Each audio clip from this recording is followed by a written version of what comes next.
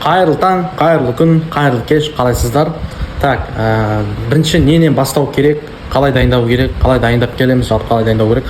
Соның барлығын қазір толыққанды айтам, көрсетем. Осы видеоны мұқият қараңыздар және осыларды айтылған нәрселерді дайындап келіңіздер. Жоғарыда сабақта айтылғандай, бізге керегі бірінші не? ECP және де почта. Электронный почта және ECP. Бәрі рабочий столда дайын тұру керек. Ол қалай? Мысалға, сіздер ECP-ны аштыңыздар, ECP-ны ашасыздар. Бізде видеосы жіберілген ECP ашудың, немесе базарға барып аштырсаңыздар болады, ашып беретін жер, немесе соңға барсаңыздар ашып береді да. Флешкіге сақтаудың қажеті жоқ. Флешка ол баяғы замандікі. Қазір кезде флешканың орнына ECP-ны WhatsApp-қа жібереді. Өздеріңіздің WhatsApp-тарыңызға, телефонға жіберіп алыңыздар өз-өздеріңізге. Сөйтіп, мына ноутбук арқылы WhatsApp-қа кіресіздер. Ал енді ноутбук арқылы WhatsApp-қа қалай кірем десеңіздер, оны мен түсіндірмеймін, YouTube-та ақтарсаңыздар барлығы дайын тұр. Міне, WhatsApp-қа мысалға кірдің. WhatsApp-қа өз-өзіңе немесе біреуге ECP-іңді осылай жіберіп аласың. Міне, ECP-ның түрі осындай болады. Енді мен өзімнің ECP-імді былай переименовать етіп қойғам. Негізгі ECP-ның түрі мынандай болады ғой, негізінде. Ghost деп тұрады сырты ше, былай тұрады міне. Негізі мынандай болады. Просто менде ECP көп болғаннан кейін, мен көп тендер компаниялармен жұмыс істегеннен кейін менде көп та.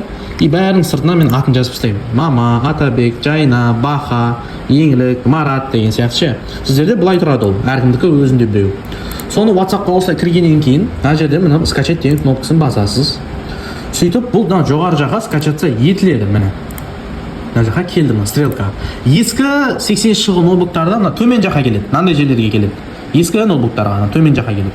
Жаңа ноутбуктарға жоғарыға келеді. Соны аласыз. Міне дайын тұр ма? Дайын тұр. Мына экран кішірейтесіз. Міне мына экран кішірейтесіз. Міне кішірейді ма? Сәл былай үстін басып тұрып сетке шығарасыз да, мына стрелканы басасыз. И міне ECP-іңізді аласыз да, мышкамен міне оң жағын, мышканың сол жағымен мынаның үстін басып тұрып, мынаны былай міне қолды былай жылжытып, мынаны рабочий столға жағаға шығарасыз міне. Міне вот. ECP рабочий столда тұрсын дегеннің мағынасы осы. Мынау тұрған тұрысты рабочий стол деп айтады. Мен анық-қанығын точно айтып жатырмын.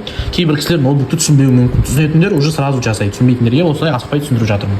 Осылай ECP-іңізді шығарып қоясыз. Бұл бір. Екінші, өздеріңіздің кәдімгі почталарыңыз, яғни mail.ru или gmail.com. Желательно үлкен кісілердің барлықтарыңызда mail.ru, иә? Mailмен жүреді, бұрыннан қайтып кеткен. Негізі бұл почтаны қолдану қажет жоқ. Желательно gmail.com болғаны жақсы. Кәдімгі заманауи почта да ол. Mail.ru-мен жұмыс жасау қиынырақ, түсініксіз. Сондықтан Gmail ашқандарыңыз абзал. Оны 1 минутта ашуға болады. Google-дан қалай ашуды білмесеңіз, YouTube-қа жазасыз. Как открыть gmail.com десеңіз шығады. Енді сол почтаңыз сіздің мысалға Gmail-ыңыз телефонда тұр ғой, бәрімізде телефонда регистрация жасалған. Солда мына жақта ноутбукта кіріп тұруы міндетті. Через ноутбук кіру керек. Оны қалай кіреміз десек, міне мысалы поисковик новый вкладка ашасын, міне. Новый вкладка ашасын и жазасын там войти в почту дейсің болады. Войти в почту деп өзінің автоматия шығады, менің шығып болған. Enter'ды басасын. Міне мынау Mail.ru ғой енді. Мынау Gmail, желательно Gmail. Mail.ru болса да ештеңе етпейді. Gmail.ru-ға әркім өзінің поштасына кіреді. Егер менде почта жоқ, інімдікі бар, мамамдікі бар, бажамдікі бар, көршімдікі бар, баламдікі бар десеңіздер, болады. Любой почта жарайды бұл жерге. Именно тендермен сен айналысып жатсың, сенің почтаң болуы деген шарт жоқ. Сөйтіп, главный сен біреудің қолданып жатсың ба, паролі мен аккаунтын біліп ал, өзіңнің ма пароліңді де біліп ал. Парольді білмесең, восстановить етіп ал. Түсінбей жатсың ба, жақындарынан сұра. Осы почтаны түсінетін жастардан сұра, туысқандардан сұра. Мінекей. Аласың да, войти дей саласың. Менде почталар бар ғой, мен өзім почтама кіремін. Менікі дайын тұр, кіріп қойған. Сіздеркі былай атауын жазып, мысалға ше, сөйтіп кіресіздер. Атауын жазып, мысалға, міне, используй другой аккаунт деген кезде, міне қамсал. Почтаның атауын жазып, паролін жазып кіресіздер негізінде. А так почтаға былай 100% кіріп дайын тұруы міндетті. Міне осылай тұрады. Міне осылай почтаға кіріп тұру керек. И мына жақтан былай тұрады. Енді не үшін бұл нәрсе?